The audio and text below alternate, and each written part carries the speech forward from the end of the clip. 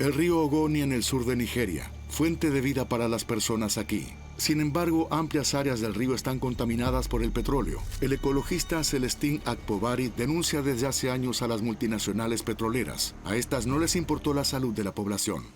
Lo que ves aquí en mi mano es petróleo sucio y letal. Aquí nada ha cambiado. La gente sigue bebiendo agua contaminada porque no tiene otra alternativa. Y lo que bebemos aquí en Ogoni es como la gasolina, es cancerígeno. La gente convive todos los días con una catástrofe ambiental. Celestín Akpobari quiere que las compañías petroleras y el gobierno de Nigeria indemnicen a la gente por el sufrimiento y los daños a su salud. Por ello salió a la calle y protestó. Fue amenazado, perseguido y golpeado por la policía y las autoridades. Finalmente fue encarcelado. Si como activista has hecho preguntas sobre la corrupción, sobre la propagación del petróleo, ellos ya saben que eres su enemigo y que tienen que eliminarte. Y lo han hecho muchas veces con muchos activistas. Algunos murieron. En Nigeria la gente está saliendo a las calles contra la violencia, la corrupción y la contaminación ambiental, arriesgando así sus vidas. Esto no solo sucede aquí.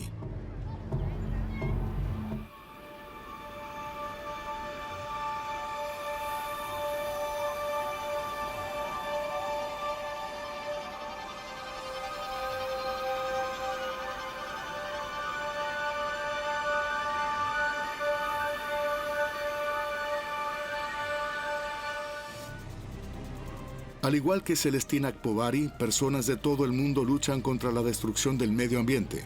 Aquí en la selva peruana, la ingeniera forestal Lucila Pautrat lucha contra la mafia del aceite de palma, contra los cárteles de la droga. Lucha por la preservación de la selva amazónica, por los pueblos indígenas y los agricultores amenazados. Una tarea peligrosa. En Rumania, el ambientalista Tiberio Boșutar y el periodista de investigación Alex Nedea también reciben amenazas. Informan sobre los negocios de la mafia maderera en este país de la UE, lo que los coloca en el punto de mira de bandas criminales. Pero volvemos a Nigeria. El activista ambiental y de derechos humanos Celestín Akpobari nos mostrará la devastación causada por la industria petrolera en el delta del Níger. No lucha solo contra las multinacionales petroleras, sino también contra funcionarios corruptos en el Estado nigeriano, algo muy peligroso aquí. Durante nuestro viaje, tenemos que recurrir a guardias armados para garantizar nuestra seguridad. Nigeria es uno de los países con más petróleo en el mundo. Las consecuencias son particularmente evidentes en el delta del Níger y en la tierra de los Ogoni.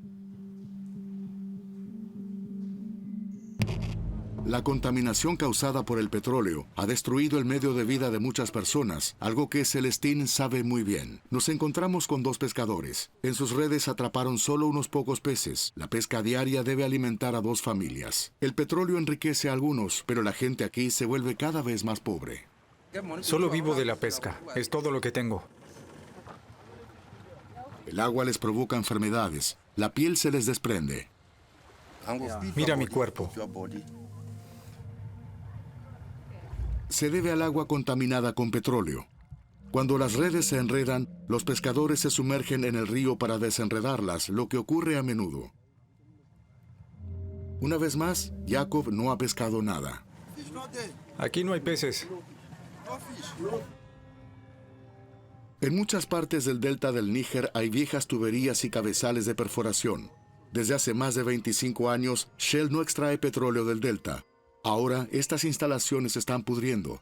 Los cabezales de perforación oxidados todavía se encuentran bajo presión. Es solo cuestión de tiempo hasta que estallen.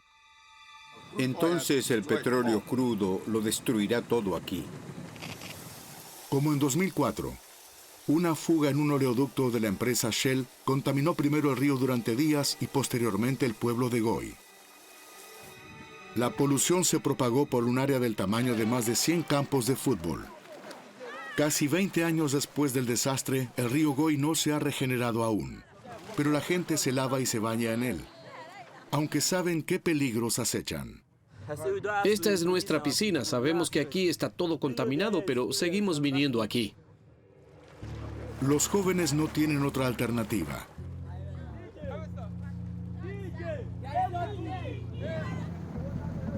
Sin embargo, la gente de Goi tiene motivos para la esperanza. Después de años de demandas contra Shell, el año pasado un tribunal de apelaciones de La Haya dictaminó que la filial nigeriana de Shell es la responsable del derrame de petróleo de 2004. Y el Tribunal Superior de Londres ahora permite que las comunidades de Goi afectadas por la contaminación presenten demandas contra Shell en los tribunales ingleses. Varias demandas ganadas en La Haya o en Londres son victorias. Una victoria para la gente de aquí. Una victoria para nuestra lucha. Porque cada vez que Shell pierde en los tribunales, demuestra que estamos diciendo la verdad sobre Shell. No estamos contando cuentos, ni nos estamos quejando por nada. Pero Shell niega cualquier responsabilidad y afirma: los derrames de petróleo en cuestión ocurrieron en comunidades muy afectadas por el robo de petróleo, las refinerías ilegales y el sabotaje de oleoductos. Independientemente de la causa de un derrame de petróleo, Shell Nigeria, SPDC, se encargará de la limpieza y el saneamiento. El hecho es que hasta el día de hoy, Shell Nigeria no limpió el área ni pagó ninguna indemnización. El área contaminada con petróleo pertenece a Ogonilandia, un pequeño reino en Nigeria. El rey Okpabi no puede creer que Shell, a pesar del veredicto, acuse a los habitantes de haber saboteado los oleoductos. Shell es el 110% responsable de esto. Saben exactamente lo que hacen. La corrupción que se da aquí está muy arraigada. Mucha gente no tiene idea de cómo se extrae petróleo crudo y qué se hace con él. Nosotros aquí esperamos que Shell deje de una vez de obligarnos a acudir una y otra vez a los tribunales. Nigeria es un país complejo. No solo ambientalistas como Celestín Akpobari y críticos del régimen reciben amenazas. Los equipos de televisión extranjeros también están en peligro. La tasa de secuestros, robos y asaltos son de las más altas del mundo. Durante la filmación nos acompaña en todo momento un equipo de seguridad de 6 personas. No se apartan de nuestro lado. Ni siquiera en esta gasolinera. A pesar de la inmensa riqueza en petróleo, hay largas colas. La gente hace fila por el combustible, ya que en el país apenas hay refinerías estatales. Puedes verlo. Estamos haciendo fila. Puedes ver esto en todas las demás gasolineras. El gobierno debería hacer algo al respecto. Un litro de gasolina cuesta alrededor de 60 centavos. Con un ingreso mensual promedio equivalente a alrededor de 150 euros, no son muchos los que lo pueden pagar. La gente está furiosa con su gobierno. Aquí realmente hay mucha corrupción. Ya no lo soporto. Estoy cansado de esto. Según Transparencia Internacional, Nigeria se encuentra entre los países más corruptos del mundo. Naciones Unidas afirma que la esperanza de vida en el delta del Níger, contaminado por petróleo, se ha reducido en unos 10 años en comparación con otras partes del país. Muchos niños mueren antes de cumplir 5 años. Esto no solo empuja a Celestín Akpobari a continuar la lucha, sino también a Esther Ato, del movimiento de mujeres. La mayoría de la gente de Goi ha huido a otras comunidades. Muchas familias con hijos ya no podían vivir aquí. ¿De qué iban a vivir? Su medio de vida como pescadores y agricultores está muerto. No hay dinero para alimentos, medicinas y educación de los niños. Todos han emigrado por la contaminación del petróleo. Muchos han huido al estado de Akwa Ibom. Aquí, 150 kilómetros al este, en la ciudad de Iko, todavía se sienten los efectos del derrame de petróleo. Sin embargo, alguien les da esperanza: el padre Peter Igileva. Este sacerdote ayuda a la gente a construir aquí una nueva vida, como agricultores y granjeros. Sin embargo, él también vive en constante peligro, como muchos sacerdotes que han hecho campaña contra la corrupción y la contaminación por petróleo. Solo en los últimos 6 meses, en Nigeria han sido secuestrados o asesinados 6 sacerdotes. Si dices algo en contra del gobierno, estás en peligro. He vivido en Alemania durante 7 años. He visitado Italia, España, Bélgica y el Reino Unido. He visto cómo vive la gente allí. Tenemos petróleo, tenemos bronce, tenemos oro. Dios nos ha regalado todo eso, pero no lo vemos en la vida de las personas. Somos más de 200 millones de personas y más del 80% vive en la pobreza. Por eso continuamos luchando. Pensamos y esperamos que en el futuro estemos un poco mejor. Una vida mejor, eso es lo que buscaban Emmanuel Clinton y su familia. Huyeron aquí hace 10 años desde el sur del contaminado delta del Níger a la ciudad de Iko. La contaminación destruyó su medio de vida como pescador. Visitamos a la familia en su nuevo hogar. Emmanuel vive aquí con 4 hijos, su suegra y su esposa que está embarazada. Mi vida aquí es un poco mejor que en la isla. Aquí la contaminación petrolífica destruyó la pesca. Perdí a mi padre, perdí a mi tío y a 2 de mis hermanas, porque nuestra vida allí era muy difícil. Muchas personas murieron. Perdieron la vida porque no podían pagar el tratamiento, sencillamente porque eran pobres. E incluso si recibías una buena atención médica, tenías que viajar 48 kilómetros, lo que cuesta mucho dinero. Solo allí tenías acceso a un centro de salud. Ahora los Clinton son granjeros. Cultivan bananas y mangos. Cosechan varias veces al año. La plantación tiene varios cientos de plantas. La pesca no merece la pena debido a la contaminación del petróleo en los ríos. ¿Cuánto dinero obtienes, por ejemplo, por 1 kilo de bananas? Por 1 kilo entre 450 y 500 nairas. Es decir, alrededor de €1.20 por kilo. Clinton vende cada semana un par de kilos en el mercado. Este negocio es más rentable que la pesca. Aún no tiene el dinero para ventanas. Aquí no tienen electricidad. Un bote de agua les sirve de ducha detrás de una estructura de chapa, el baño de los Clinton. El único punto donde sacar agua potable está a 20 metros detrás de la casa. Esto es agua potable, toda mi riqueza, para lavarnos y beber. Y este pozo también es para todos los demás, no solo para mi familia, sino para toda la zona. 10 familias comparten este pozo. A la mañana siguiente acompañamos a Emmanuel Clinton junto con el padre Peter y el ambientalista Gonzo Blessed en un viaje al poblado de Idoving Village. Allí es donde vivía Emmanuel Clinton antes del derrame de petróleo. No ha vuelto a visitar su pueblo natal desde 2012. Cuando se produjo la fuga de petróleo, muchas personas se quedaron sin hogar. Algunos perdieron la vida o perdieron a sus familias. Algunos decidieron abandonar el pueblo como yo. Cuando me fui con mi familia estaba muy deprimido. ¿Estás emocionado? Sí, estoy muy feliz de volver a mi pueblo. El trayecto pasa por delante de las grandes instalaciones de almacenamiento de petróleo de Shell. No es un buen recuerdo para los ambientalistas. Fuimos amenazados por personas que trabajan para Shell. Cuando las comunas se manifestaron contra Shell, el entonces presidente de Nigeria, el general Ibrahim Babangida, envió unidades militares. Destruyeron nuestras casas, también la de mi padre, y asesinaron a personas. La embarcación llega a Idoving Village. Clinton es recibido afectuosamente por la comunidad. Está deseando ver su antigua casa. Esta es mi casa. La dejé hace 10 años. Estoy tan feliz de volverla a ver. Estoy muy feliz. Ahora aquí vive su primo. Sin embargo, llama la atención que muchas casas y chozas están abandonadas. Quienes se quedaron deben continuar bebiendo agua contaminada de petróleo.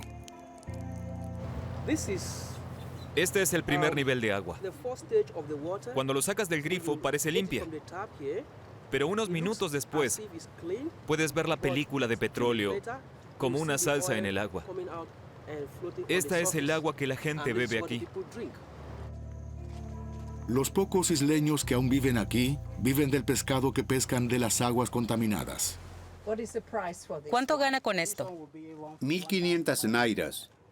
Eso es solo 3,5 €. Eso debe alcanzar para su familia de 6 miembros. Para esta captura, el pescador estuvo en el mar durante 12 horas. El padre Peter visita esta isla regularmente. Aquí no hay tierras de cultivo. Solo pueden pescar. Eso en realidad no es suficiente. Por eso vengo aquí a menudo, para animar a estas personas. El equipo de seguridad nos insta a regresar. Clinton quiere quedarse aquí, al menos por algunos días. En el camino de regreso pasamos por delante de tuberías oxidadas y con fugas. Son lugares donde los jóvenes roban petróleo crudo. Y entonces Gonzo Blessed y el padre Peter nos muestran una de las muchas pequeñas refinerías ilegales a orillas del Níger. Antes todos vivían bien de la pesca, nos cuentan los dos hermanos. Después se produjo el derrame de petróleo y ya no tenían de qué vivir. Tomamos el petróleo crudo y lo calentamos. Cuando lo calentamos hay 3 fases distintas. Primero obtenemos queroseno.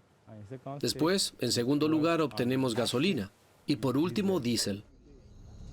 Destilan los combustibles y el petróleo residual lo enfrían repetidamente con agua para que no se recaliente. El calor es insoportable y el aire está lleno de gases tóxicos.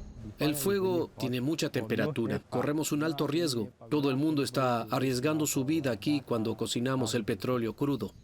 Un barril cuesta alrededor de 120 €.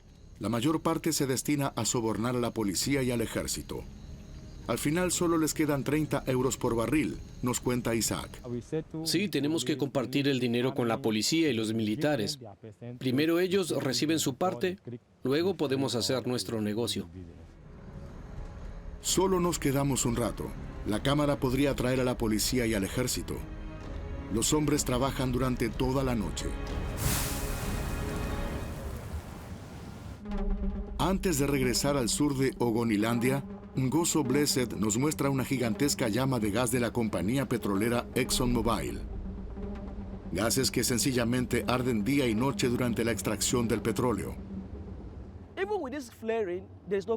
La gente no recibe ninguna indemnización por la quema de gas, aunque dañe el agua, el suelo, toda la naturaleza, la vegetación y las tierras de cultivo. El calor es insoportable. La quema de gas también tiene un significativo impacto negativo sobre el cambio climático. Aunque fue prohibida por ley en 2005, continúa practicándose. Como activista, movilizas a las comunidades locales para las manifestaciones. Luego las autoridades policiales te identifican, bloquean tus cuentas, depositan dinero ilegal en ellas, alegan que estás lavando dinero y eres arrestado. De pronto, aunque estamos afuera de las instalaciones de ExxonMobil, aparecen unos guardias de seguridad. Al final decidimos abandonar el lugar rápidamente.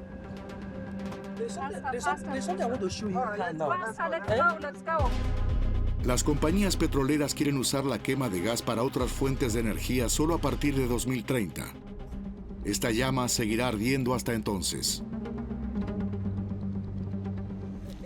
Regresamos al sur de Ogonilandia, en el delta del Níger. Para el activista ambiental Celestín Akpobari, solo hay un camino para salvar el delta. Debemos continuar la lucha. Si no lo hacemos, entonces no hay futuro para los Ogoni. No importa cómo, debemos continuar esta lucha. Miren a los niños que van al río. Tienen que beber agua contaminada y nadan en ella. Ven que contiene petróleo crudo, pero no hay alternativa. Desde el derrame de petróleo de Shell, la gente de Ogonilandia lo ha llamado el río del dolor. Pero no quieren perder la esperanza. Los activistas medioambientales y pro derechos humanos siguen estando en grave peligro, y no solo aquí, sino en todo el mundo.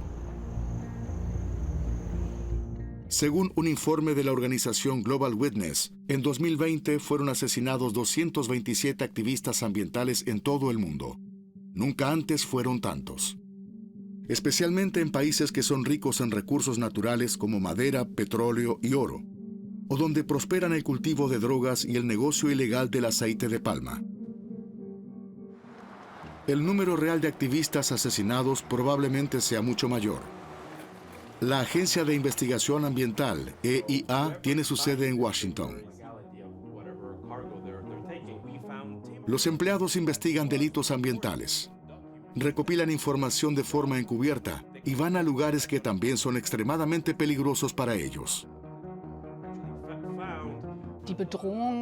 Se podría decir que las amenazas son cada vez peores y a veces incluso más brutales. Tenemos ejemplos en los que personas de pueblos nativos que luchan contra leñadores y buscadores de oro ilegales fueron torturados y masacrados. Pero también tenemos ejemplos en los que los cooperantes con los que trabajamos reciben llamadas telefónicas amenazantes donde amenazan a las familias. Les envían mensajes por WhatsApp diciendo, sé a qué escuela va tu hijo. Hay muchos asesinatos, particularmente en los países de la selva amazónica. Por ejemplo, en Perú. La tala ilegal es un gran problema en la zona de Pucallpa. Esta ciudad de 2 millones de habitantes al borde de la selva tropical es un foco del comercio ilegal con madera tropical. Los troncos se traen aquí, luego se transportan a Lima y de allí a todo el mundo.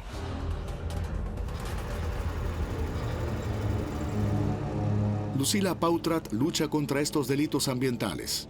Su organización, Kene, trabaja en favor de la selva tropical y los pueblos originarios.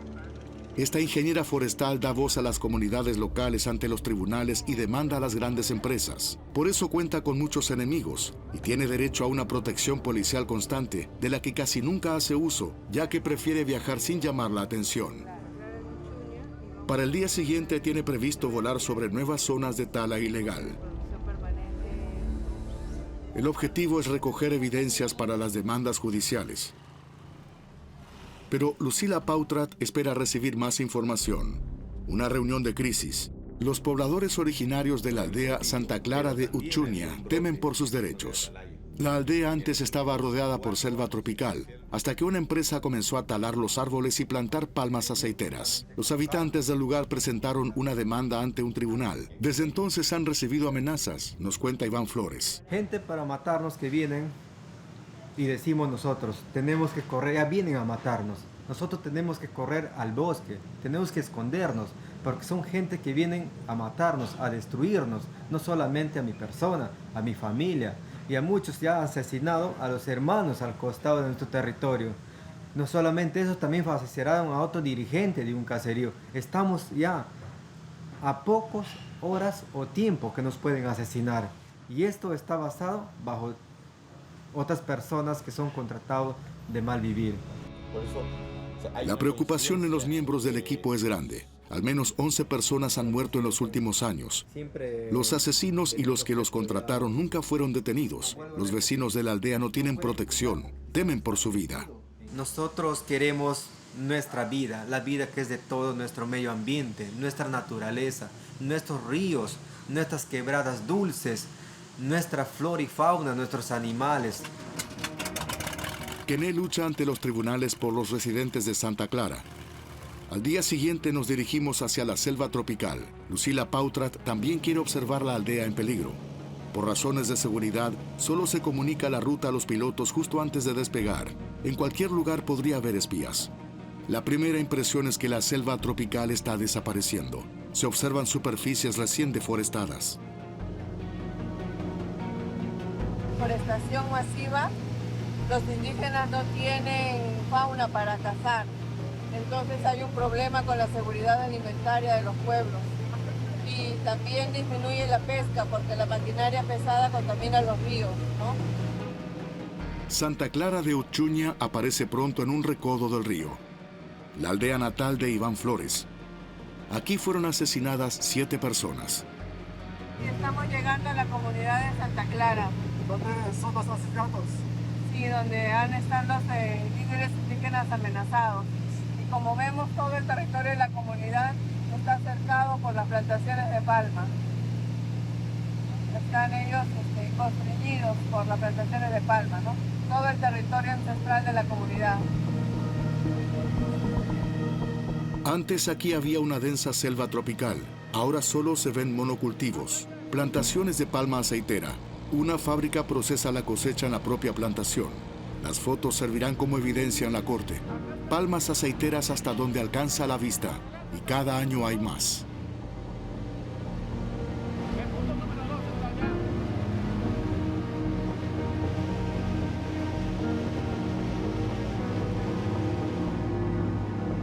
Bueno, estas plantaciones fueron irregularmente adjudicadas porque estas son tierras forestales con bosques primarios. Estamos perdiendo la gran biodiversidad que tienen los bosques tropicales para un negocio que es absolutamente insostenible, que además vulnera derechos no solamente de las comunidades indígenas, sino de todos los peruanos y también de toda la humanidad, porque esto genera una afectación a todo el planeta. Sin embargo, las plantaciones de palma no son la única amenaza. Lucila Pautrat tiene otra preocupación. El narcotráfico de cocaína se está extendiendo rápidamente. Cada vez se descubren más pistas de aterrizaje ocultas para el transporte de la droga. Desde hace años, el periodista Ivan Brihout investiga este creciente peligro e informa a Lucila Pautrat de las últimas noticias. Sabemos de la existencia, sabemos de algunos de ellos: Sinaloa, Comando Vermelo, varios colombianos. En realidad hay un poco, hay una zona para cada uno, están por todos sitios. El gran problema es que de que el Estado peruano los últimos por lo menos 7 años no reconoce formalmente el crecimiento del narcotráfico. Y lo que tenemos es que los mapas oficiales solamente dicen que están en 2 zonas de Ucayali, cuando en realidad es como un cáncer que se ha regado por toda la región. Los activistas exigen desde hace tiempo más protección por parte del ejército, a menudo en vano. Hay mucha información nueva. Los resultados de la investigación que son preocupantes para los residentes. Puesta por parte del Estado. Durante los últimos 10 años ellos vienen defendiendo sus territorios, vienen defendiendo sus bosques, aislados, abandonados de todas las autoridades, y no hay una justicia para ellos, no hay una situación de impunidad. Y bueno, nosotros los venimos acompañando en los procesos judiciales, pero es muy difícil. Lima, la capital de Perú. Si bien la Constitución de Perú contempla amplios derechos para la protección de la selva tropical y sus habitantes, hay problemas con su implementación. Una agencia gubernamental defiende los intereses de los pueblos originarios ante el más alto nivel de gobierno. Lucila Pautrat nos envía al defensor del pueblo, Percy Castillo, que sin embargo lo único que puede hacer es denunciar la situación, nada más. Y aquí lo que es el denominador común es que el Estado, hay una ausencia del Estado que permite a la actividad criminal arrasar, matar, y también permite que empresas se aprovechen del marco legal para poder sacar beneficios que no deberían. No se puede hacer defensa si, por ejemplo, la Fiscalía no tiene recursos para viajar hasta la zona.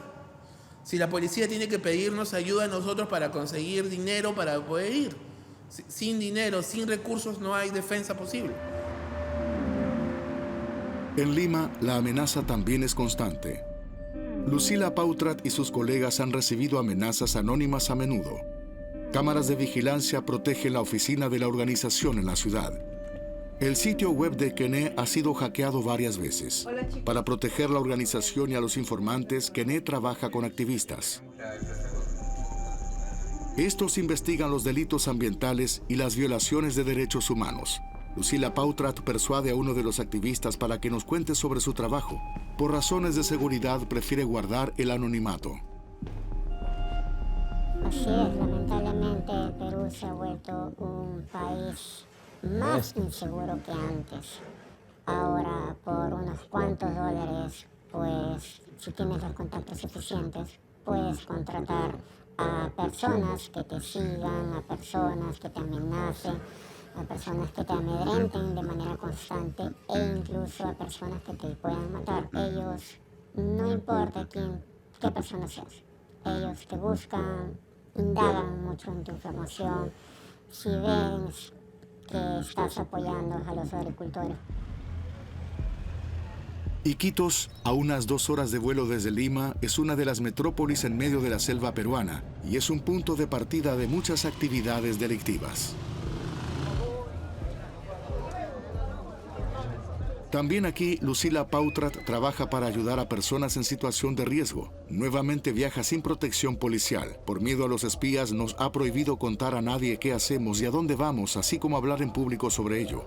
El destino del viaje es Tamchiyacu, una pequeña aldea en el Amazonas. Aquí en la selva tropical la tala de árboles está prohibida. Sin embargo, en 2003 una empresa deforestó ilegalmente unas 2.000 hectáreas de bosque. En muy poco tiempo la empresa creó una plantación de cacao. A fines de 2020, las autoridades ambientales peruanas la multaron con $30 millones. Además, la empresa tenía que cerrar la explotación y reforestar la zona. Pero nada de eso ocurrió. La producción de cacao continúa. Lucila Pautrat quiere conocer el lugar. Tamchiyacu está a 1 hora de distancia. El conductor de la embarcación recién se entera del destino poco antes de partir. Aquí también podría haber espías. El trayecto pasa por donde se encuentra la madera tropical ilegal. Poco antes de la llegada, la ecologista le indica al equipo de camarógrafos que tenga cuidado. En Tamchiyacu rápidamente se correrá la voz de que estamos filmando en la zona. Las medidas de precaución no son infundadas, ya que aquí en Tamchiyacu los agricultores locales viven amenazados. Se niegan a vender a la empresa partes de sus parcelas de selva tropical. Lucila Pautrat se reúne con Ruperto Vázquez, uno de los afectados. Lucila lo representa a él y a sus compañeros ante los tribunales de Iquitos y Lima.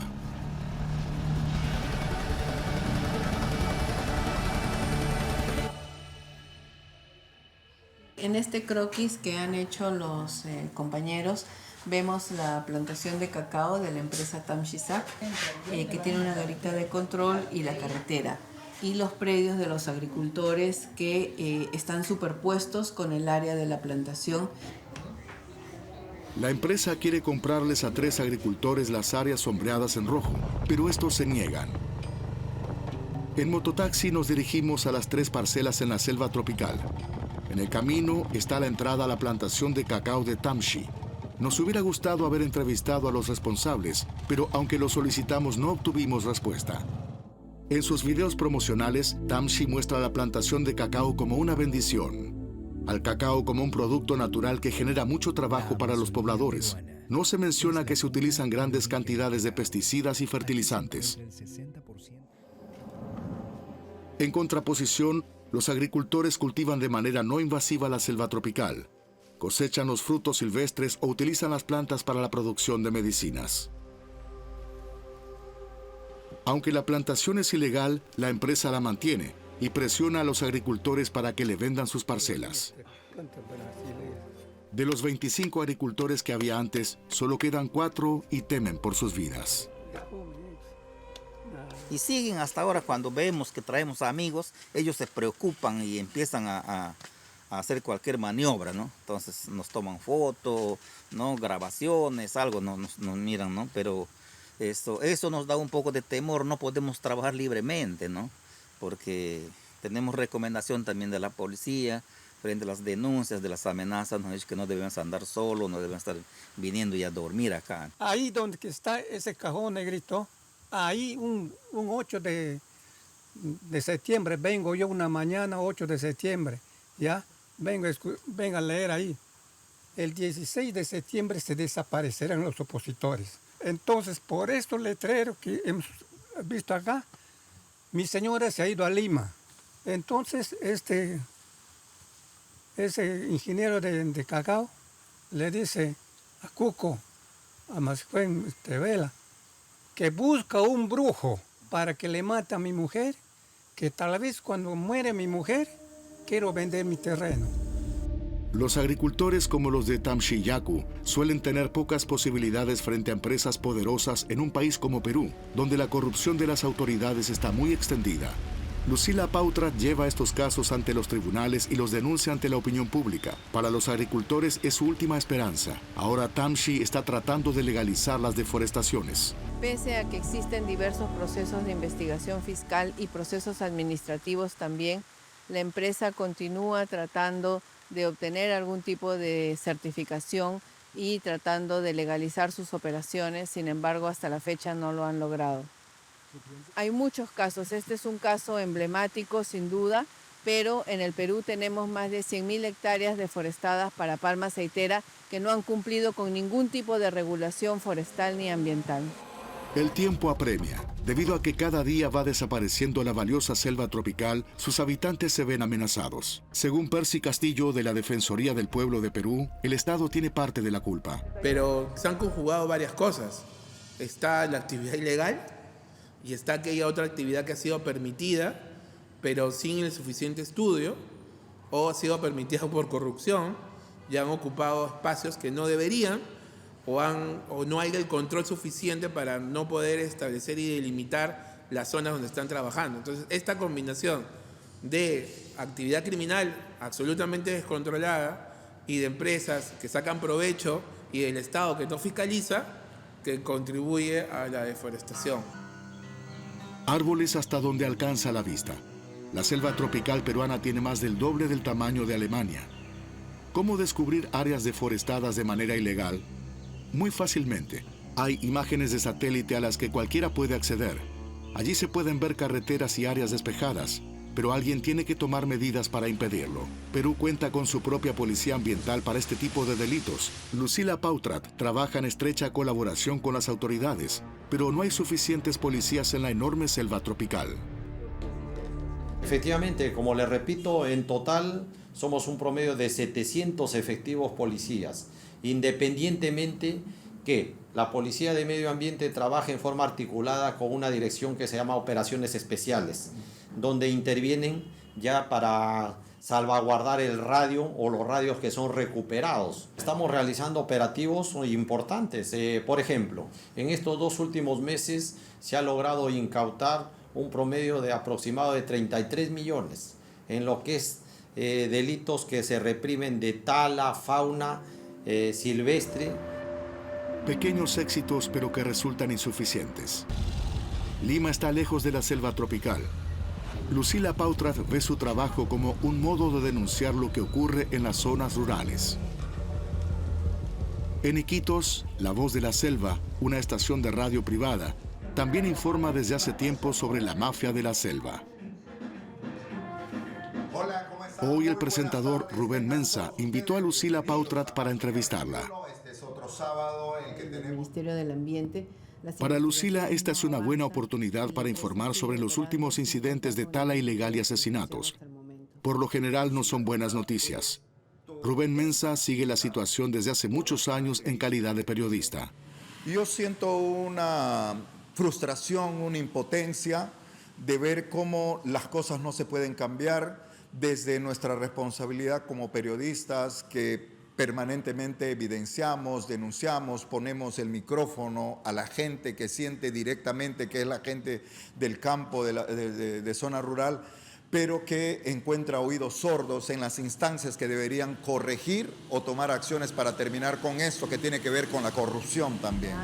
En Perú, al parecer, por ahora hay pocas esperanzas. Pero personas como Rubén Mensa y Lucila Pautrat no quieren darse por vencidas. Poco después del rodaje, según nos cuenta Lucila Pautrat, 4 indígenas más fueron asesinados por oponerse a la destrucción de la naturaleza. La codicia por las materias primas no tiene límites. Y las zonas desforestadas se vuelven cada vez más grandes.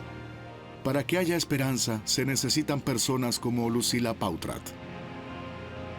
Hay muchas amenazas, pero para mí no es algo nuevo, ¿no? Yo tengo 20 años en este ejercicio y tengo muy claro cuáles son los riesgos y cuáles son los problemas. Y tampoco ya a estas alturas de mi carrera, tampoco les tengo miedo.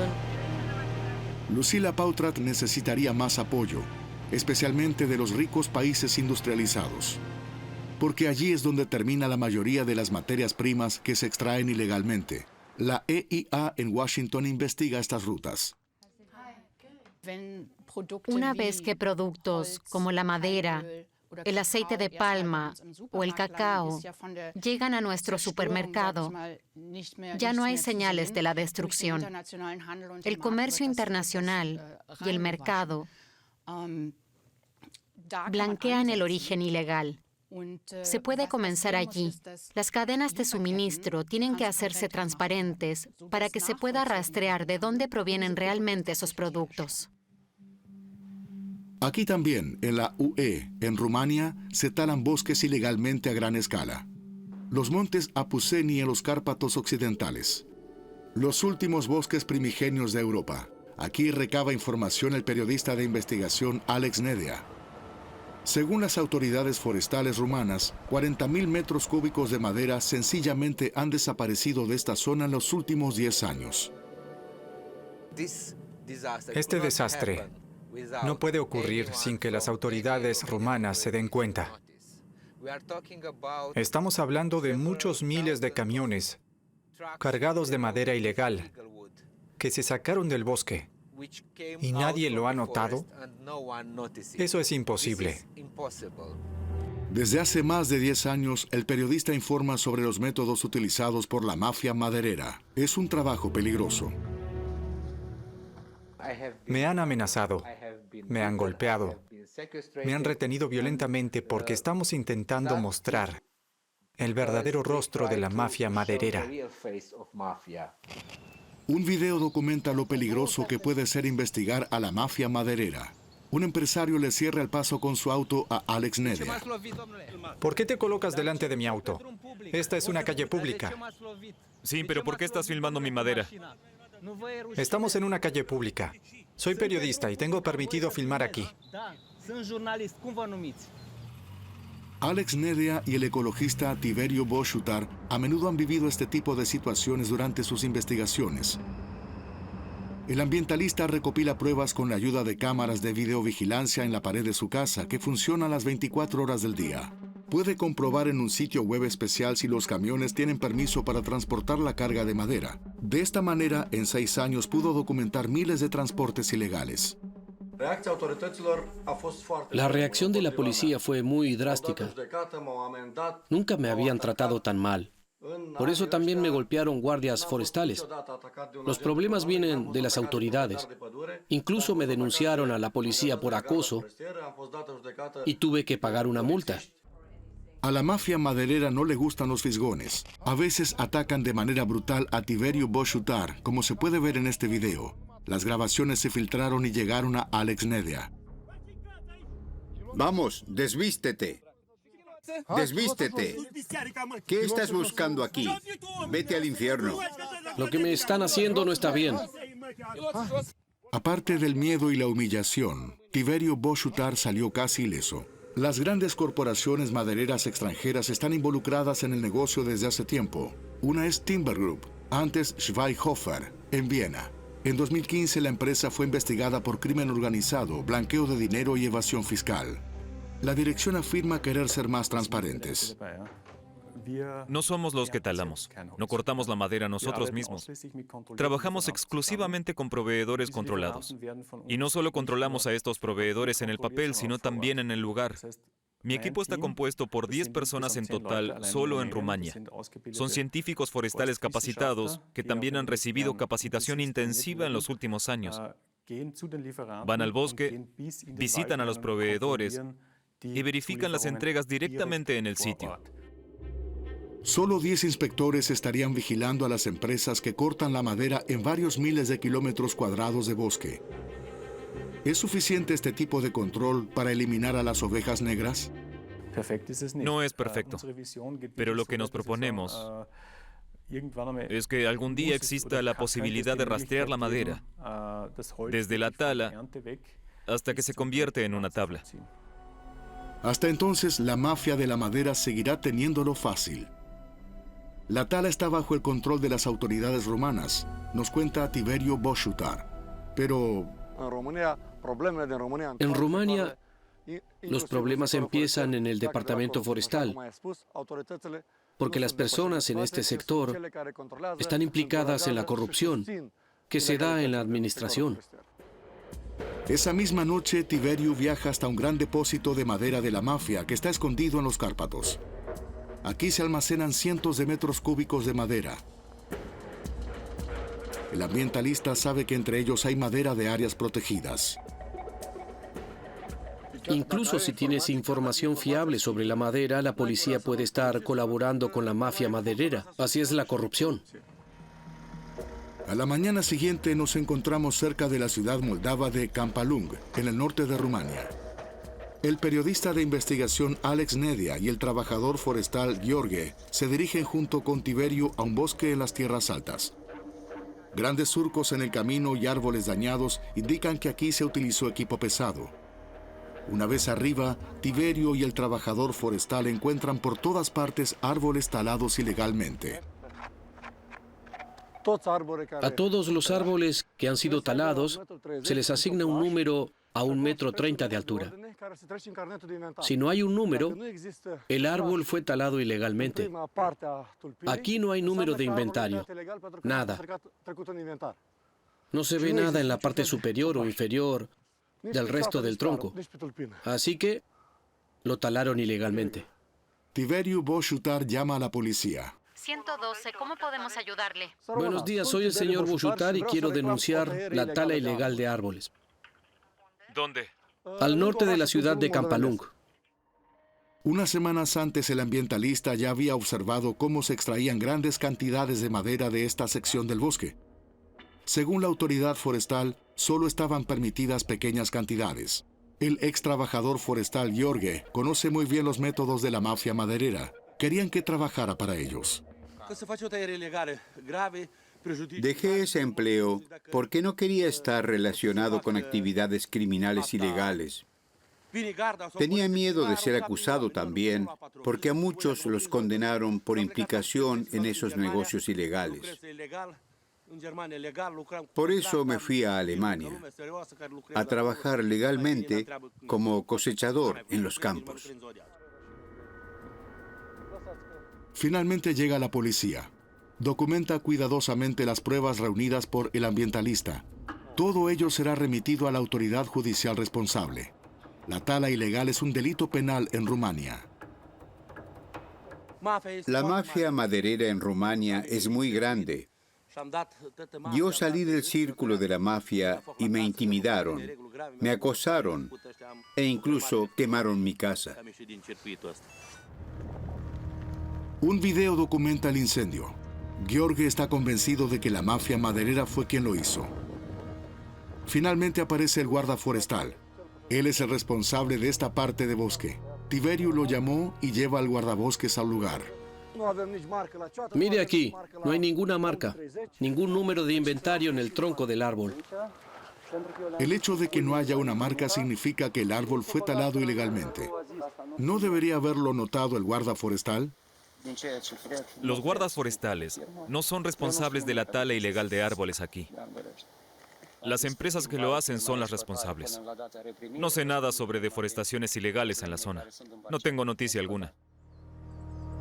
El guarda forestal niega saber nada sobre la tala ilegal, pero el ambientalista está seguro de que existe una conexión entre los guardas forestales y la administración forestal. Es muy difícil detener semejante catástrofe de desmonte, ya que está involucrada toda la administración forestal. También sé con certeza que el hermano del guarda forestal es ingeniero en la administración forestal.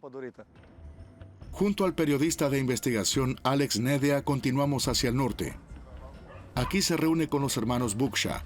Ambos fueron brutalmente golpeados por hacer frente a la mafia maderera.